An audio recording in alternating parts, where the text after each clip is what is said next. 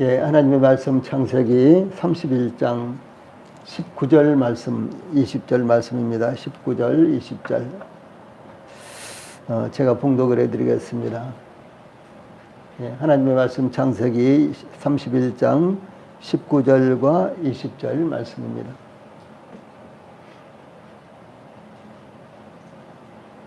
예, 제가 봉독을 해드리겠습니다. 그때 라반이 양털을 깎으러 갔으므로 라헬은 그의 아버지의 드라빔을 도둑질하고 야곱은 그 거취를 아람 사람 라반에게 말하지 아니하고 가만히 떠났더라. 아멘. 그 다음에 30절부터 35절까지입니다. 30절부터 이제 내가 내 아버지의 집을 사모하여 돌아가려는 것은 옳거니와 어찌 내 신을 도둑질하였느냐. 야곱이 라반에게 대답하여 이르되 내가 생각하기를 애삼촌의 딸들을 내게서 억지로 빼앗으리라 하여 두려워하였음이니이다. 애삼촌의 신을 누구에게서 찾든지 그는 살지 못할 것이요 우리 형제들 앞에서 무엇이든지 애삼촌의 것이 발견되거든 애삼촌에게로 가져가소서 하니 야곱은 라헬이 그것을 도둑질한 줄을 알지 못함이었더라. 라반이 야곱의 장막에 들어가고 레아의 장막에 들어가고 두 여종의 장막에 들어갔으나 이 찾지 못하고 레아의 장막에서 나와 라헬의 장막에 들어가매 라헬이 그 드라빔을 가져 낙타 한 장 아래에 놓고 그 위에 앉은지라. 라반이 그 장막에서 찾다가 찾아내지 못하매 라헬이 그의 아버지에게 이르되 마침 생리가 있어 일어나서 영접할 수 없사오니 내 주는 노하지 마소서 하니라. 라반이 그 드라빔을 두루 찾다가 찾아내지 못한지라. 아멘. 35절 말씀까지 봉독을 해드렸습니다. 창세기 31장 지금 제가 읽어드린 이와 같은 구절 가운데서요.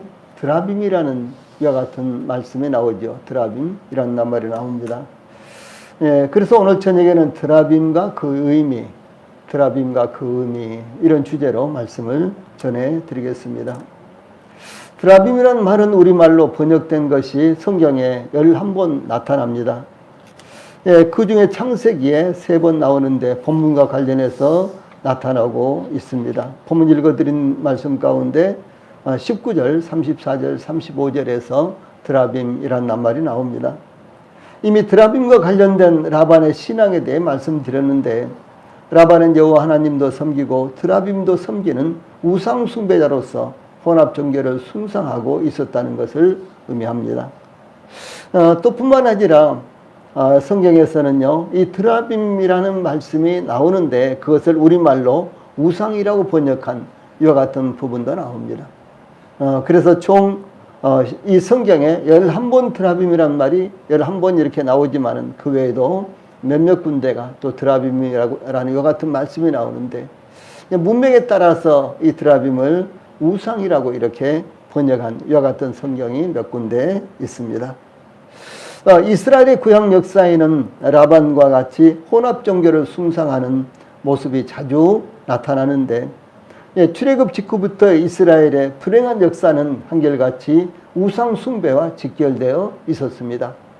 예, 그러므로 드라빔과 그 의미에 대해서 살펴보므로 우리가 왜 유일하신 하나님만 섬겨야 하는지 교훈을 받는 시간을 갖도록 하겠습니다. 제일 먼저 그럼 드라빔이라는 것은 무엇인가? 드라빔의 의미에 대해서 설명을 하겠습니다. 예, 우리말의 드라빔은 원어로는 테라핌 이렇게 되어 있습니다. 그런데 우리말로 드라빔 이렇게 번역을 했어요. 테라핌 이렇게 되어 있습니다. 근데 이것은 묻다라는 이와 같은 말에서 유래하였다고 보는 견해가 있고 또는 고치다, 치료하다, 편안히 살다라는 라파라는 이와 같은 말에서 유래했다고 보는 견해도 있습니다. 그래서 중요한 것은 드라빔은 치병, 병을 고치는 것, 구복, 복을 구하는 것, 또 점치는 것과 지켜주고 보호해주기를 기원하는 행위와 관련된 신앙의 대상으로 제작한 가정수호신, 이 가정수호신이다라고 하는 것입니다. 예, 그러므로 그때 라반이 양털을 깎으러 갔으므로 라헬은 그의 아버지의 드라빔을 도둑질하고 19절에서 아버지의 드라빔 이렇게 나오죠. 아버지의 드라빔 이렇게 번역이 되었습니다. 드라빔 우상은 인간의 형상을 닮은 반신상으로 나무나 은으로 만들었고 또 온신상으로 만든 것도 혹시 있습니다. 그러나 대체적으로 반신상으로 이렇게 만들었는데 나무나 혹은 쇠붙이, 은이나 이런 것으로 대체적으로 만들었습니다. 그래서 이 작은 것, 아주 적은 것에서부터 주먹만큼 한 것, 그리고 아주 적은 것에서부터 시작을 해서 사람의 키만큼 큰 것까지 다양한 모습으로 제작이 되었습니다. 이 사사시대의 단지파가 기업을 찾기 위해서 정탐꾼들을 파견했는데 그들의 에브라임 산지에 미가의 집에 입숙하면서 미가의 집에 드라빔의 신당이 있는 것을 보았다라는 내용이 사사기 17장 5절에 나옵니다. 그 정탐꾼들은 그 신당에서 섬기는 가정제사장에게 요청하기를 우리를 위하여 하나님께 물어보아서 우리가 가는 길이 형통할는지 우리에게 알게 하라 하니 그 제사장이 그들에게 이르되 평안히 가라 너희가 가는 길은 여호와 앞에 있느니라. 사사기 18장 5절과 6절에서 이런 대답이 나오는데 이렇게 대답했습니다. 여기서 단지파 정탐꾼들은 하나님께 물어보라 이렇게 이제 레인 제사장에게 이렇게 부탁을 했는데 이 드라빔을 섬기는 제사장에게 드라빔에게 물어보라 이렇게 요청한 것을 의미를 하는 것입니다. 그래서 말은 여기에 하나님께 물어보라 이렇게 되어 있지만은 실상은 드라빔에게 물어보라 이렇게 말한 것이 됩니다. 이 바벨론이 예루살렘을 침략할 때 느부갓네살 왕이 예루살렘을 공격 목표로 선택한 것에 대해서 에스겔서 21장 21절과 22절에서는 바벨론 왕이 갈래길 곧 두 길 어귀에 서서 점을 치되 화살들을 흔들어 우사에게 묻고 희생제물의 간을 살펴서 오른손에 예루살렘으로 갈 점괘를 얻었으므로 라고 희생제물을 통해서 우사에게 점을 치는 모습이 나타나고 있습니다. 저희들이 어렸을 때요, 손바닥에다 침을 딱 이렇게 뱉어가지고 이렇게 탁 해서 어느 쪽으로 많이 튀어나간가, 오른쪽으로 많이 튀어나간가, 왼쪽으로 많이 튀어나간가. 그래서 오른쪽으로 많이 튀어나가면 오른쪽으로 가자 그랬고, 왼쪽으로 많이 튀어나가면 왼쪽으로 가자 그랬고, 이제 그랬거든요. 마치 여기에 이제 바벨론 왕이 이와 같이 갈래길, 예루살렘으로 갈 것인가, 아니면은 어떤 다른 민족을 향해서 갈 것인가. 이것을 놓고요, 이제 희생제물을 잡아서요, 희생제물을 잡아서 간을 이렇게 꺼내서 살피는 거예요. 그래서 이제 여러 가지 그 방법들이 있답니다. 간을 꺼내서 이렇게 살펴보고요. 그래서 이제 그들이 통용되는 방법으로 예스나 노, 혹은 오른쪽이나 왼쪽, 이와 같은 것을 이제 지시하는 것으로 보고요. 그래서 이제 바벨론 왕 느부갓네살은 바로 예루살렘으로 가는 길을 선택을 했다라고 하는 것이죠. 이제 그런 말씀이 에스겔서 21장 21절과 22절에 나오는 것입니다. 또한 이스라엘이 가나안 땅을 점령한 후에 기업을 분배하는 시기에 에브라임 산지에 조금 전에 말씀드렸죠. 미가라고 하는 사람이 있었는데 그의 어머니가 은 1,100을 잃어버렸어요. 그의 미가라는 사람이 에브라임 산지에 살고 있는데 그의 어머니가 은 1,100을 잃어버렸습니다. 예, 그런데 이 미가의 어머니가 훔쳐간 사람이 누구인지 알지 못하고요. 그 훔쳐간 사람에게 계속해서 아주 큰 저주를 이렇게 퍼붓습니다. 사실은 그의 아들 미가가 훔쳐갔는데 미가가 어머니의 저주를 듣자 너무너무 부담이 돼서 그 은을 어머니에게 가져왔습니다. 어머니, 그 돈은 제가 훔쳐갔습니다. 이렇게 말씀을 드렸죠. 예, 그러다 그 어머니는 그 저주가 아들에게 임할 것을 두려워하여 사사기 17장 3절에 보면은 내 아들을 위하여 한 신상을 새기며 한 신상을 부어 만들기 위해 내 손에서 이 은을 여호와께 거룩히 드리노라 라고 아들에게 주었습니다. 그 아들 미가가 그 1,100을 받았어요. 그 중에서 은 200으로 은장색에게 은장색, 무엇을 이제 은을 이제 주문한다든가, 은을 가지고 무엇을 만든다든가 이런 사람이죠.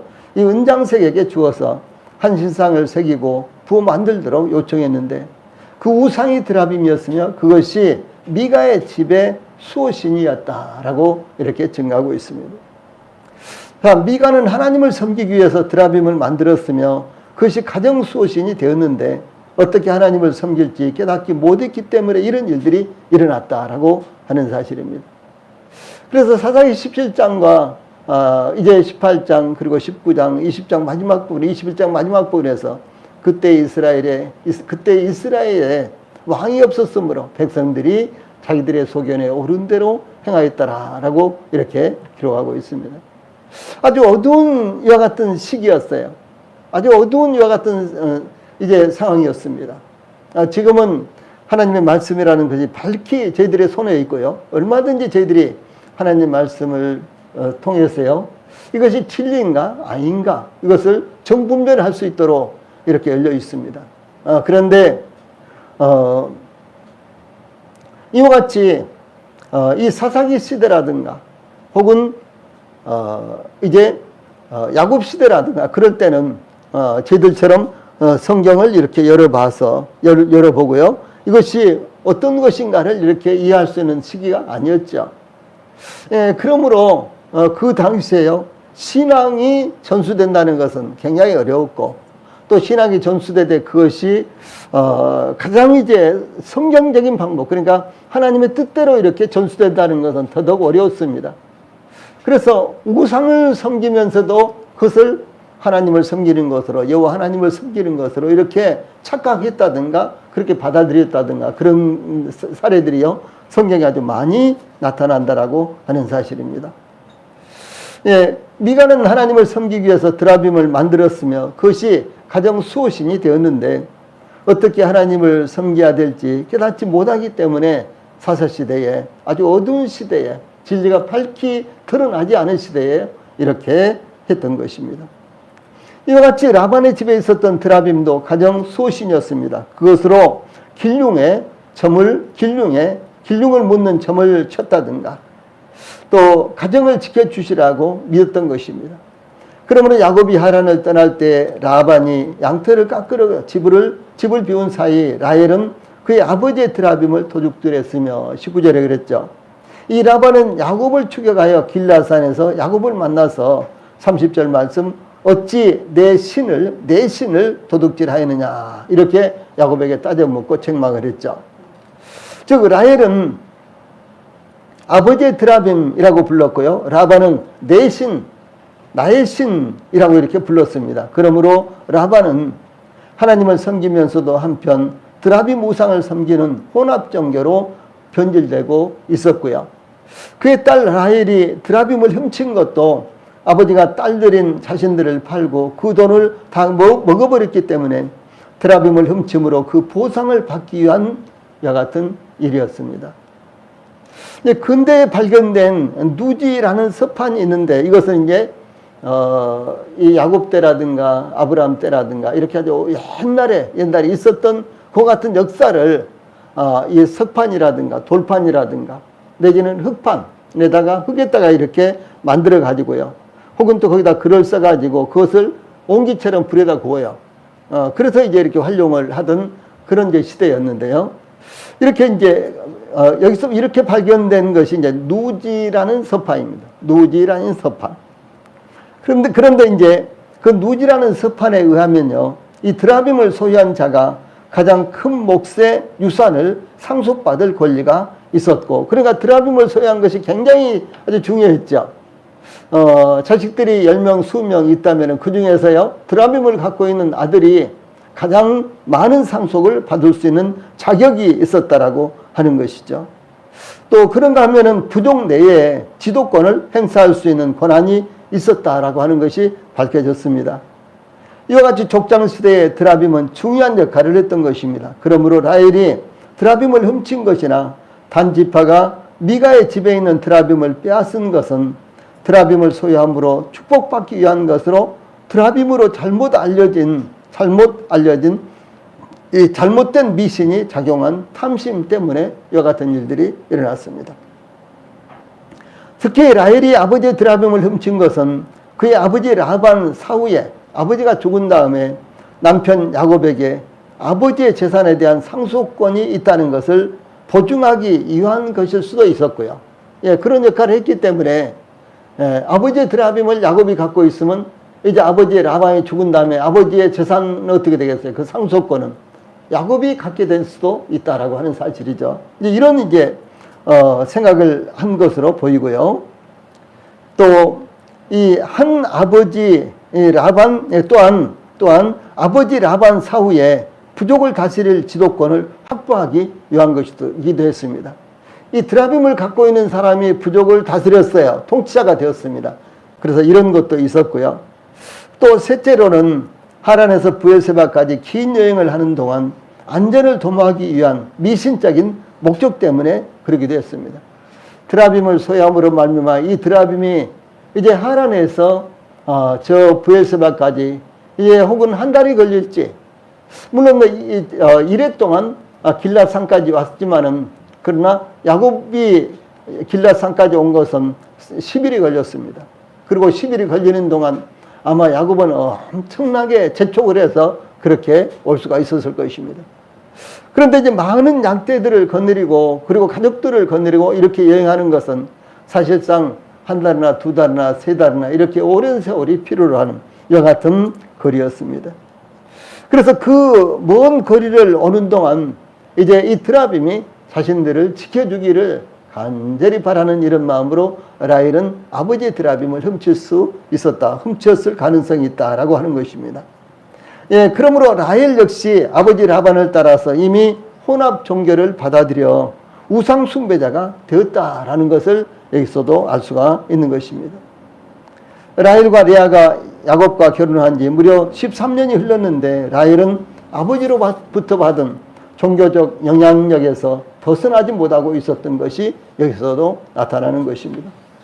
그러므로 야곱이 아브라함의 하나님, 이삭의 하나님을 의지하고 기도하며 그 축복을 바라보고 언젠가 아버지 집 브엘세바로 돌아갈 것을 고대하고 있었지만 하란에서 영적인 영향력을 전혀 발휘하지 못했으며 오히려 그 자신까지도 혼합 종교에 조금씩 물들어가고 있었다라고 하는 것을 엿볼 수가 있는 것입니다. 이 야곱이 그의 아내 레아와 라헬에게만은 이 참 하나님을 섬길 것, 유일하신 참 하나님이 진짜 하나님이다, 그 하나님만 섬겨야 된다는 것, 이와 같은 영적인 영향력을 충분히 나타냈어야 되는데 사실은 야곱은 그렇지 못하고 있었다라고 하는 사실입니다. 오히려 이제 이와 같은 영적인 영향력을 발휘하지 못하고 야곱 스스로도 혼합 종교에 점점 빠져들어가고 있었던 것이 나타나고 있습니다. 예, 그러므로 하나님을 믿음으로 구원받은 성도들이 믿음 안에 있는 성도들과 함께 교제하며 예배드리는 삶을 사는 것이 얼마나 중요한 것인지 이와 같은 것들을 저희들에게 가르쳐주고 있습니다. 예, 두 번째로 그러면 드라빔의 실체는 무엇인가, 이런 부분에 대해서 살펴봅시다. 이 사실상 드라빔은 은이나 나무 등으로 조각한 조각품에 지나지 않습니다. 다시 말해서 사람이 만든 수공품에 지나지 않는다라고 하는 사실이죠. 이 사도 바울이 아덴에 도착하여 회에서까지 아덴에 와서 자신들의 학문과 종교를 증거하는 아레오바고 광장에서 복음을 전하기 위해서 갔을 때 수많은 다양한 신상들이 세워져 있었고요. 심지어 알지 못하는 신에게라는 이와 같은 단까지 있었습니다. 어떤 이들은 알지 못하는 신이 여기 아덴에 세워진 수도 없이 많은 아덴에 아레오바고 저자에 세워진 수도 없이 많은 신상 가운데서 가장 위대한 신, 가장 큰 신을 의미한다라고도 이렇게 이야기했습니다. 그래서 알지 못하는 신에게라는 이와 같은 단까지도 세워져 있었는데, 그러므로 사도 바울은 사도행전 17장 23절에서 그런즉 너희가 알지 못하고 유하는 것을 내가 너희에게 알게 하리라 라고 복음을 전파했습니다. 이 드라빔을 숭배하는 자들이 드라빔의 실상을 알지 못하므로 나무 조각이나 세푸치에 불과한 드라빔을 의존하는 것과 마찬가지로 우상 숭배자들은 우상의 실상을 알지 못하고 심지어 알지 못하는 신에게라는 이와 같은 단까지도 만들어서 그와 같은 신을 섬겼다라고 하는 사실입니다.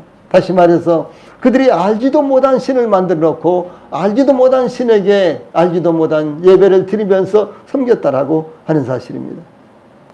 이와 같이 드라빔의 실체가 무엇인지 알지 못함으로 다만 미신에 의존하는 것입니다. 라헬이 아버지 라반의 우상 드라빔을 훔쳐올 정도로 드라빔은 무력한 우상에 불과한 것입니다. 훔쳐가면 훔쳐간 대로, 탈취해가면 탈취해간 대로, 이것이 드라빔의 실체다라고 하는 것입니다. 내가 누군데 훔쳐가려고 그래?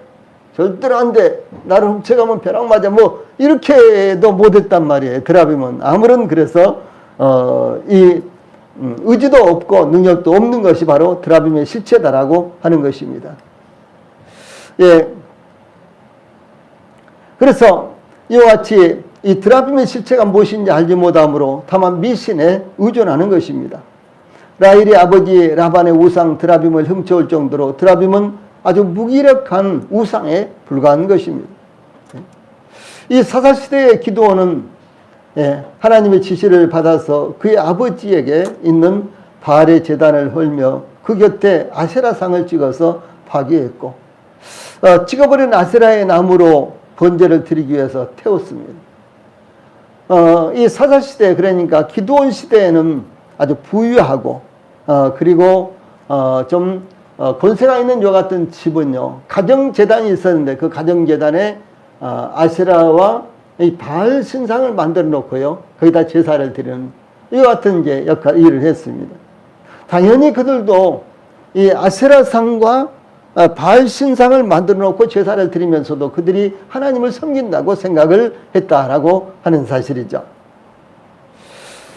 예, 그런데 이 기드온이 하나님의 지시를 받아서 그의 아버지의 그 바알 제단을 헐어버리고 그 곁에 아세라상을 찍어서 파괴했고요. 찍어버린 아세라의 그 나무로요, 이제 번제를 드리기 위해서 그것을 사용했습니다.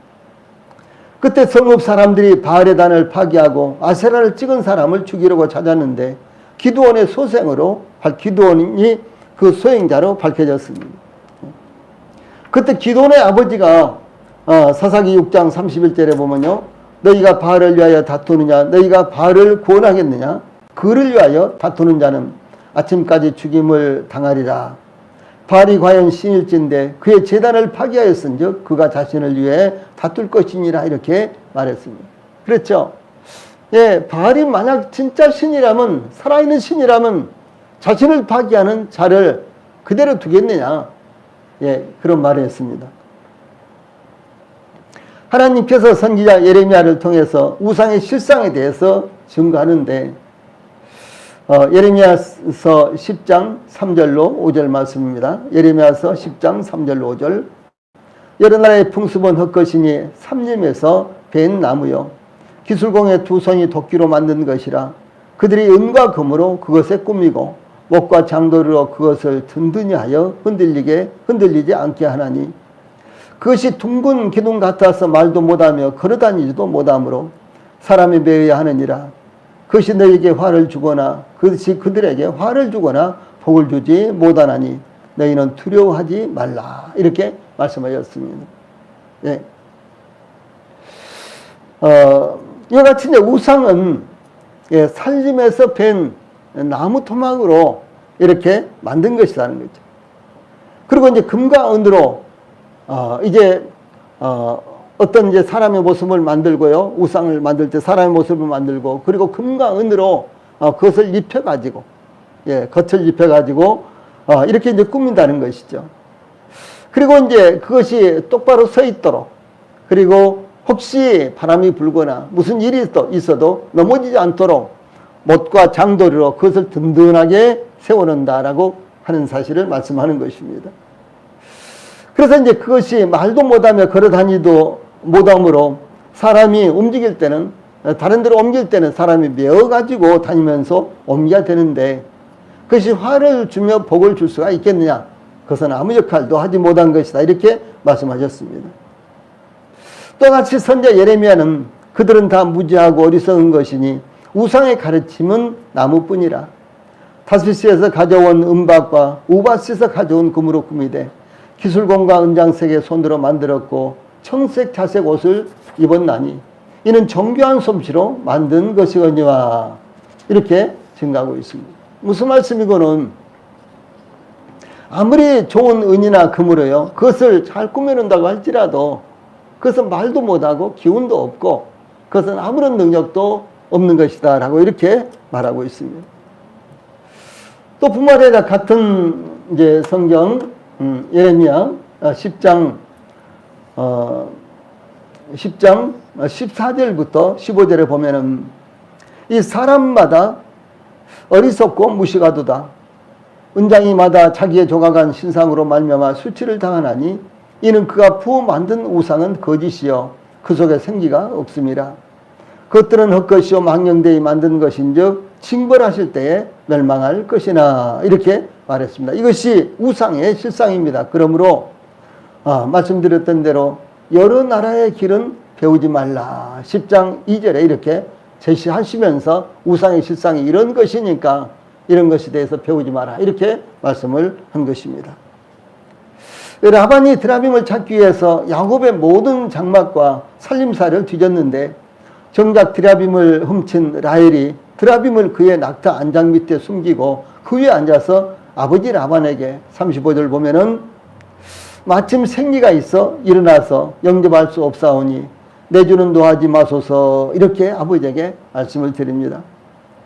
이 성경에서 전통적으로 여성의 생리는 부정한 것으로 여겨졌으며 율법에서는 출애굽기 레위기 15장 19절로 24절에 아주 길게 여기서 15장 전체가 사실은 유출병 이런 것과 관련해서 이것이 부정하다라는 것을 증거하는 장인데 그 중에서 19절로 24절에 이런 말씀이 나옵니다.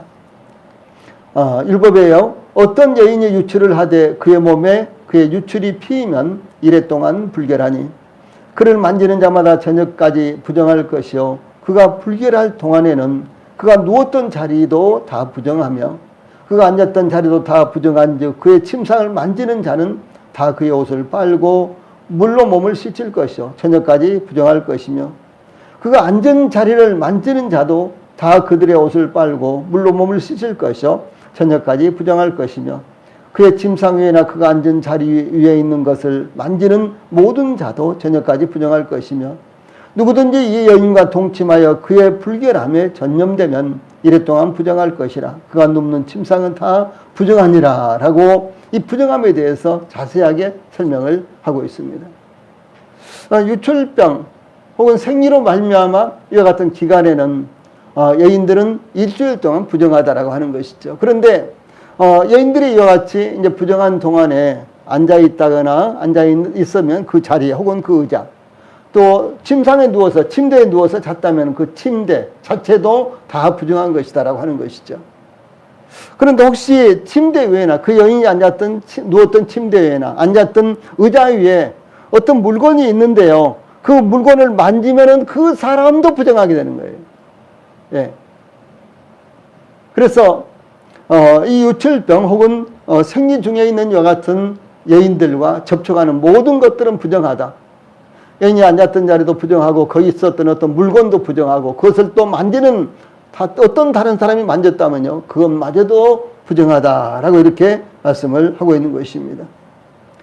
예, 그러므로 신성하게 여기는 자, 이 말씀을 하기 위한 거예요. 그러므로 신성하게 여기는 드라빔은 신이라 그랬죠. 하나님이라 그랬죠. 그런데 신성하게 여기는 이 드라빔을 여성이 깔고 앉았다는 것만으로도 부정한데 특히 생리 중인 여인이 그 드라빔을 깔고 앉았다는 것은 드라빔이 아무런 역할도 할 수 없는 세프치에 불과하고 나무 조각에 불과하다는 것을 의미를 하는 것입니다. 만약 드라빔이 어떤 능력이 있다면은 만약 드라빔이 어떤 이와 같은 생명이 있다면은 부정한 여인이 그를 깔고 앉았을 때는 부정한 여인이 당장 죽음을 당한다거나 큰 일이 일어나겠죠. 근데 전혀 그렇지 않다는 것이죠. 부정한 여인이 깔고 앉았어도 그대로 그 안에 있고 꺼내놓으면 또 그대로 있고요. 이것이 바로 드라빔의 실상이다라고 하는 것입니다. 그러므로 우상에 속지 않아야 된다라고 하는 사실이죠. 아직도 우리나라에 설이 되어서 조상들에게 제사를 지내는 가정이 약 60%에 이릅니다. 이 제사는 물론 여러 가지 다양성이 이제 주어졌습니다. 과거에는 굉장히 엄격한 방법으로 제사가 드려졌습니다만 정말 아주 간소하고, 그리고 제사 음식도 이 전통적으로 제사 음식에는 뭘 놔야 된다라는 법이 있잖아요. 그런데 그런 이주가 아니라 지금은 가족들이 뭘 좋아하느냐, 거기에 따라서 이제 제사 음식을 만들고, 또 가족들이 어떤 과일을 좋아하느냐, 거기에 따라서 과일들을 준비하고, 지금은 이제 이런 형식입니다. 심지어 여행 중에 있다면요, 콘도에서도 제사를 드리고, 예, 또 뿐만 아니라 자기들이 직접적으로 음식을 준비하지 못하면 많은 가정에서 제사 음식을 뭐 20만 원짜리, 50만 원짜리 이렇게 이제 주문을 해가지고 그것으로 제사를 지내는 이런 풍습이 오늘날 이제 많이 이용되고 있는데, 앞으로는 일반적으로 그렇게 될 것입니다. 예, 그러므로 이 생각들이 많이 달라졌지만은 명절에 고향을 찾아가는 사람들이 아직도 10%대에 이릅니다. 그러면 그 많은 사람들, 이번에도 얼마나 이제 고속도로가 붐볐습니까? 그런데 고향을 찾아가는 사람들은 10% 정도밖에 안 되고요. 그의 대부분의 사람들이 관광지로 뭐 쉬기 위해서 저 동해안으로, 서해안으로, 부산으로, 남해안으로 이렇게 찾아갔다라고 하는 사실들이죠. 네. 그래서 이와 같이 생각들이 많이 달라졌지만 여전히 제사를 지내는 것이 조상들을 섬기는 것이라고 생각하는 사람들이 많다는 것입니다. 그러나 요즘은 조상들의 묘도 돌보지 못할 뿐만 아니라 장례식 때 자연장으로 지내는 비율이 대단히 높습니다. 예, 그러므로 제사를 지내려고 하는 것은 앞뒤가 맞지 않는 일이다라고 하는 것입니다. 여러분, 장례를 지내는 거, 뭐 매장을 한다든가, 아니면 납공을 당에 모신다든가, 아니면 수목장을 한다든가, 이런 거 많이 있죠. 네. 그런데 자연장이라는 건 어떤 것인 거는요, 화장터에서 이제 화장을 해서 이제 이 뼈가루를 이제 이렇게 받잖아요. 그러면은 자연장을 하는 것은 어떤 자연장을 할 수 있도록 이렇게 만든 데가 있습니다. 묘지에 가면요. 일반적으로는 산이나, 과거에는 산이나 들이나 또 고인이 좋아하던 곳 가서 이렇게 뿌리는 것이었죠. 근데 뿌리면은 이것이 아주 오염이 되고 굉장히 안 좋기 때문에 지금은 그것을 못하게 합니다. 자연훼손이라고요. 그래서 이제 저는 이제 공원 묘지라든가 그런 데 가면요, 이 자연장을 할 수 있는 장소가 있어요. 그럼 거기 가서 그냥 뿌리는 것입니다. 어떤 특정한 장소가 아니라 그냥 그 장소, 그 정해진 장소에 가서 그냥 이렇게 뿌리는 것입니다. 이것이 자연장이에요. 그래서 이것은 이제 과거와 같이 생각한다면 뭐 매장이라든가, 아니면 납골당에 모신다든가, 아니면 수목장으로 한다든가 등등 이런 것과는 완전히 개념이 다르잖아요. 예. 물론 이제 과거에도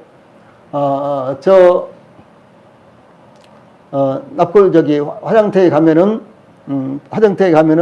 그 자리에서 그 이 분을 이제 이렇게 쏟고 오는 장소가 있습니다. 많은 분들이 그렇게 합니다. 가족들이 아주 벌떼처럼 많이 와도 그냥 그렇게 하는 가족들도 많이 있고요. 또 물론 이제 매장을 한다든가 뭐 여러 가지 이런 방법을 하는 분들도 많지만, 화장터에서 아예 그 뼈를 이제 그곳에 버리고 이렇게 딱 버릴 수 있도록 만들어 놨습니다. 그래서 무슨 동산이라고 이렇게 만들어 놨죠. 거기 가면. 그래서 거기 가서 아예 버리고 이렇게 오는 가정들이 굉장히 많습니다.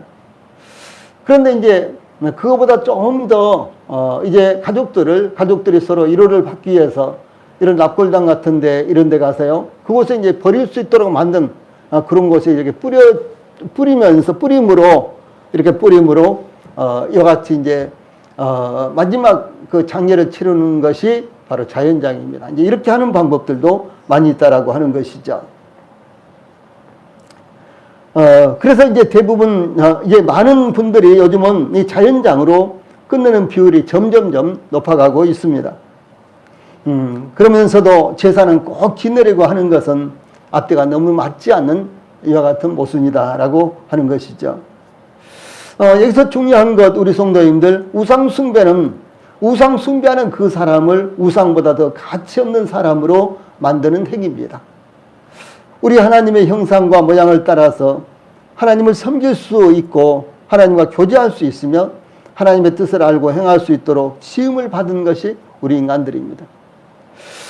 또한 하나님의 사랑을 받은 자들이 바로 저희 구원받은 성도들입니다.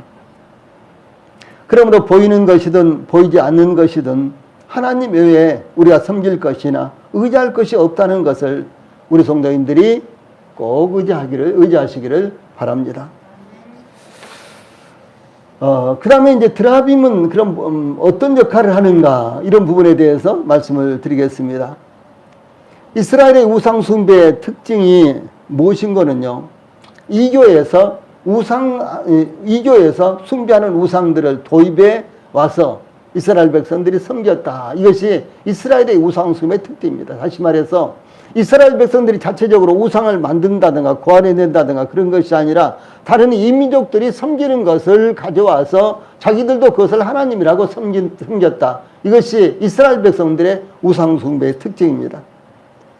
이스라엘이 시내산 앞에서 경배하던 우상은 금송아지였죠. 모세가 잠깐 한 달 동안이죠. 40일 동안이에요. 모세가 하나님과 교제하기 위해서 시내산에 올라가 있는 동안 이 모세는, 우리를 인도하던 이 모세는 어찌 되었는지 알지 못한다. 그러므로 우리를 인도할 신을 만들자라고 이렇게 하면서요, 그들이 만든 것이 소위 금송아지였죠. 그래서 이 새기거나 혹은 부어 만든 우상들과 기둥들도 바알과 아세라산과 동일한 우상이었습니다. 이 모세가 하나님의 부르심을 받아 시내산에 올라갔을 때 백성들은 모세가 어찌 되었는지 알 수 없기 때문에 그들을 인도할 신을 만들자고 합의를 했습니다. 그들은 김고리 등을 빼어서 이제 주물로 송아지를 만들었는데 출애굽기 32장 4절에 보면 이스라엘아, 이는 너희를 애굽 땅에서 인도하여낸 너희의 신이로다, 이렇게 선포를 합니다. 예, 금송아지를 만들어 놓고 이 금송아지가 너희를 애굽에서 인도해낸, 해방시킨 너희의 신이다, 너희 하나님이다, 이렇게 선포를 한 거예요. 예. 이스라엘 백성들이 금송아지를 만들고 그것을 여호와라고 선포했듯이 라바이나 미가의 집에 있는 드라빔도 그것이 여호와 하나님이라고 생각하고 섬겼다라고 하는 사실입니다. 이 드라빔의 역할은 라바이나 라헬의 경우 또한 사사기 시대의 미가의 집이나 단지파의 행위를 통해서 어떤 역할을 했는지 볼 수가 있습니다. 곧 하나님이라고 생각하고 섬겼다라고 하는 것입니다. 예, 그러므로 그 역할은 미신적이며 헛된 것이며 아무런 의미도 없는 것일 뿐만 아니라 예, 하나님께서 금하신 것이요, 싫어하는 것이라는 것도 성경에서 밝히고 있습니다. 그러므로 구약시대의 드라빔이 어떻게 활용되었는지 알 수가 있는 것입니다. 그것은 무엇인가는 하나님으로 생각하고 섬겼다라고 하는 사실입니다. 이 사사시대의 이스라엘은 반복해서 이방신을 섬김으로 타락을 했습니다. 이스라엘이 타락을 하면 하나님께서 징계하심으로 이방인들에게 지배를 당해서 고난을 받았습니다. 예, 그러면 이스라엘은 하나님께 부르짖고 또 하나님께서 그들에게 구원자적 사사를 보내셔서 그들을 구원하면 그들은 곧바로 우상숭배에 빠졌습니다. 특히 미가의 집에 있는 드라빔 사건은 이스라엘에게 기업이 분배되던 시기에 발생한 사건이었습니다. 기업을 찾던 단지파 정탐꾼들이 미가의 집에 드라빔과 우상이 있는 것을 보고 기업을 찾기 위해서 북쪽으로 이동할 때 그 드라빔을 빼앗아가는 일이 발생했다라고 하는 것이죠. 사사기 18장 14절 보면은 전에 라이스 땅을 정탐하러 갔던 5사람이, 이 5사람은 단지파의 정탐꾼들입니다.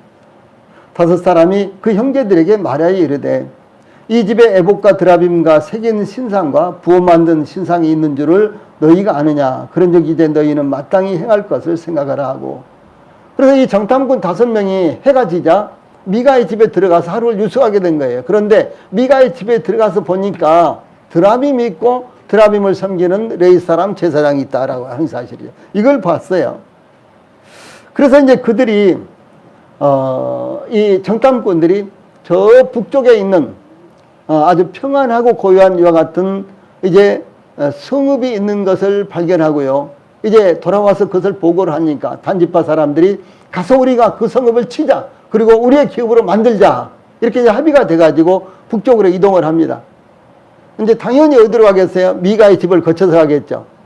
그래서 이 미가의 집을 거치면서 그 우상과요, 레위 사람 제사장을 탈취해 가지고 가는 거예요. 그런 장면이 이제 사사기 18장 17절과 24절에 나옵니다. 그 땅을 정탐하러 갔던 5사람이 그리로 들어가서 새긴 신상과 에봇과 드라빔과 부어 만든 신상을 가져갈 때 그 제사장은 무기를 지닌 600명과 함께 문 입구에 섰더니, 그러면 그것을 이제 알고 나서 미가가 어떻게 하겠어요? 어떻게 신상을 훔쳐갈 수가 있느냐 이렇게 하겠죠. 그리고 24절에 미가가 이르되 내가 만든 신들과 제사장을 빼앗아 갔으니 이제 내게 오히려 남은 것이 무엇이냐, 너희가 어찌하여 나더러 무슨 일이냐고 하느냐 하는지라, 이렇게 되어 있어요. 그런데 이와 같이 단 지파는 미가의 집에 있는 드라빔을 빼앗았는데 드라빔이 역사하는 것이 아니라 사람들의 손에 빼앗기 옮겨다니는 것이 드라빔이라는 것을 보여주는 것입니다. 그런데도 드라빔을 의지하고 점을 친다거나 기둥을 묻는다든가 혹은 가정과 국가를 보여주기를 빈다는 것은 얼마나 어처구니 없고 현대인으로서 적절치 못한 것이며, 더더구나 우리 신앙인들이 볼 때 이것은 참 너무너무나 한심스럽고 안타까운 일이다라고 하는 사실이죠. 이 선지자 스가랴는 스가랴서 10장 2절에 드라빔들은 허탄한 것을 말하며 복술자는 진실하지 않은 것을 보고 거짓 꿈을 말한 즉 그 위로가 헛됨으로 백성이 양같이 유리하며 목자가 없으므로 곤고를 당하나니라고 증거했습니다. 이 드라빔을 하나님으로 생각하고 점을 치지만 드라빔은 우상에 불과한 헛된 것이므로 아무런 역할도 하지 못한다라고 하는 것이죠. 복을 준다거나 재앙을 내린다거나 그렇게 하지 못하는 것이 바로 드라빔 우상이다라고 하는 사실입니다. 그런데 오늘날 기독교 안에 이와 같은 일들이 일어나고 있는 것입니다. 소위 예언한다면서 점을 치고 복대를 받는 목회자들과 은사를 받았다는 자들이 똑같은 일을 한다라고 하는 사실입니다. 특별히 기도원에 가면 이와 같은 사람들이 수도 없이 많이 진을 치고 기다리고 있고, 그리고 일반 교회에 가면요 이와 같은 사람들이 많이 있습니다. 그리고 그들은 은사자로서 추앙을 받고 존경을 받는 이와 같은 가운데서 그들의 일을 한다라고 하는 것이죠.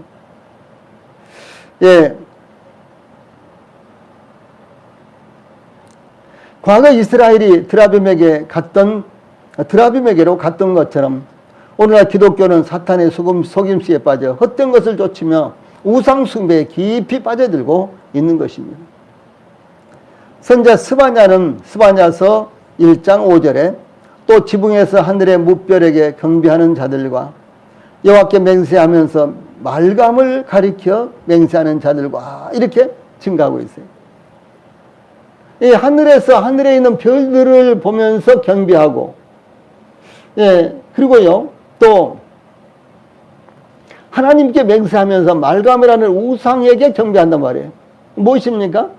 말감을 여호와 하나님이라고 생각을 했고 하늘의 1월 성신을 여호와 하나님이라고 생각하고 경배했다라고 하는 사실이에요. 이것이 이스라엘의 역사 가운데 나타나고 있었다라고 하는 것입니다. 이 말감은 밀곰, 몰렉이라고 부르는 암몬의 신입니다. 암몬 사람들은 밀곰을 섬겼는데 그 밀곰이 말감, 밀곰 이렇게 이제 부르는 것입니다. 또 몰렉이라고도 부르고요. 그런데 이 암몬 사람들은요 이와 같이 몰렉을 숭배했는데 그 몰렉을 숭배하는 절차가 어떻게 되는 거는요, 인신 제사를 드리는 종교예요. 인신 제사를 드리는 종교예요. 얼마나 이것이 참 비참하고 얼마나 이것이 참 비성경적인 이와 같은 일입니다. 이와 같이 우상 숭배를 하면서도 하나님을 섬긴다고 생각한다라고 하는 것입니다. 그래서 오늘날도 점쟁이들한테 가면요 하나님 부정하지 않습니다. 우상 숭배자들 내지는 무당들이라든가 박수라든가 등등 뭐 이런 사람들한테 가면요 그들이 하나님을 부정하지 않아요. 자기도 하나님 인정한다 이렇게 이야기합니다. 예, 사실은 그들 마음 가운데요. 그들 마음 가운데 이와 같이 우상을 숭배하면서도 거짓 신을 숭배하면서도 자기들도 하나님을 섬긴다, 하나님을 숭배한다 이렇게 생각을 하고 있을 거예요. 이것은 무엇을 말합니까? 이것이 바로 혼합 종교다라고 하는 사실입니다. 예. 이 성경에서 언급하고 있는 발람 있죠, 발람. 예, 이 발람은 아마도 라반의 후손이었을 것으로 추정이 됩니다. 라반의 후손. 이 발람이 라반의 후손이었을 것으로 추정을 합니다. 발람은 하나님의 선지자가 아니라 이방인 점쟁이 무당이었습니다. 여호수아서 13장 22절에 보면요. 예, 발람은 메소포타미아 부돌 사람으로 메소포타미아. 그곳이 어디입니까? 라반이 사는 곳이에요. 하란, 바단 아람, 하란, 메소포타미아. 뭐 여러 가지 이름으로 나오죠. 그곳이 고향인 사람이 바로 발람이에요. 예. 그래서 이 발람은 메소포타미아 부돌 사람으로 부올의 아들인데, 부돌은 유브라테스 강변에 위치한 도시로 교통과 무역의 중심지, 요충지였습니다. 그런데 이 발람이 모압으로부터 초청을 받았거든요. 그러니까 메소포타미아 그 부도르라는 곳에서요. 메소포타미아 부도르라는 곳에서 모압까지는 650km나 되는 거예요. 여러분, 650km.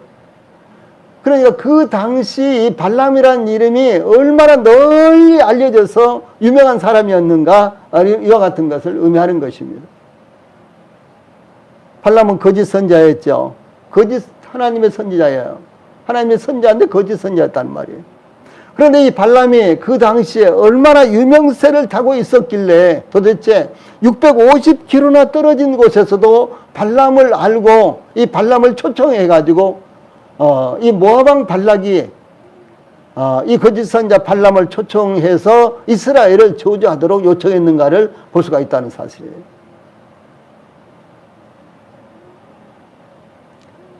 그래서 모압왕 발락의 초청을 받아서 이 점을 치며 축복하고 저주하기 위해서 왔다는 것이요. 이 발람이 그 당시에 얼마나 유명한 점쟁이였느냐, 이와 같은 것을 말하는 것입니다. 그는 여호와 하나님을 부인하지 않으면서 이방신을 섬기는 우상 숭배자였습니다. 예, 그러므로 라반의 혼합 종교, 라반이 드라빔도 섬기고 이방신도 섬기고 하나님도 섬기고 그랬죠. 예. 그리고 혼합 종교를 숭상하는 이와 같은 사람이었습니다. 그런데 동일하게 이 발람이 바로 혼합 종교를 숭상하는 사람이에요. 이 발람은 여호와 하나님을 부인하지 않으면서 이방신을 섬기는 우상 숭배자였습니다. 자, 여기서 우리가 알 수 있는 것이 무엇인 거는요. 예, 그러므로 이 라반의 혼합 종교가 그대로 이어져서 내려오고 있었다라고 하는 사실입니다. 결국 유명한 이 발람이라는 거짓 선자요 점쟁이를 만들어냈다라고 하는 사실입니다. 예? 라반의 거짓 종교, 혼합 종교 이것이 그대로 이어져 내려와서 이방신도 숭배하고 여호와 하나님도 숭배하는 거짓 선지자 발람을 만들어냈다라고 하는 사실입니다. 민수기 23장 10절에 보면은 발람은 나는 의인의 죽음을 죽기 원하며 나의 종말이 그와 같기를 바라노라 이렇게 말한 모습에 나타납니다. 그러나 의인으로 살지 않으면서 어떻게 의인처럼 죽을 수 있겠습니까? 발람은 여호수아가 가나안 땅을 정복할 때 요단강 동편에 루벤 지파의 기업의 땅에서 이스라엘의 칼에 죽음을 당했습니다. 이것이 여호수아서 13장 22절에 나옵니다. 우리는 살아계신 하나님, 성경에서 살아계신 하나님 이런 말씀이 많이 나옵니다. 예.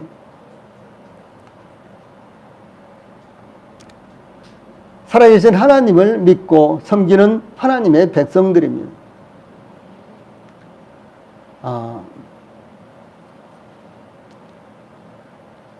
주 예수님께서 사도 베드로에게 제자들에게 너희는 나를 누구라 하느냐 이렇게 물었을 때 베드로가 주는 살아계신 하나님의 아들이요 이렇게 하죠. 살아계신 하나님의 아들이요. 예. 그래서 살아계신 하나님이십니다. 그러므로 세상의 무속, 무당, 점쟁이 등 하나님께 속한 것이 아닌 것들과 조금도 당연히 우리 성도들이 타협할 일이 없지만은 타협해서는 안 되는 것입니다. 두려워할 필요도 없는 거예요. 그들이 별별스럽게 저주를 한다고 할지라도 별 말을 한다고 할지라도 의심하지 마십시오. 예, 그들을 믿지 마십시오. 예, 그것은 전혀 가치가 없는 것입니다. 예. 즉 우리 곁에 혹은 우리 속에 있는 더 나아가서요 우리 곁에 혹은 우리 속에 있는 이 드라빔을 완전히 제거해야 된다 라고 하는 사실을 잊지 않기 바랍니다. 오직 유일하신 살아계신 참 하나님 그 하나님만이 우리 속에서 역사하며 우리의 믿음이 살아계신 그 하나님에게 고정이 되어 있어야 된다라고 하는 사실 이것을 우리 성도들이 오늘 이 드라빔과 그 의미에 대해서 우리가 상고하면서요 마음에 두셔야 될 아주 중요한 이와 같은 신앙이 되셔야 되는 것입니다. 예, 기도하시고 마치겠습니다.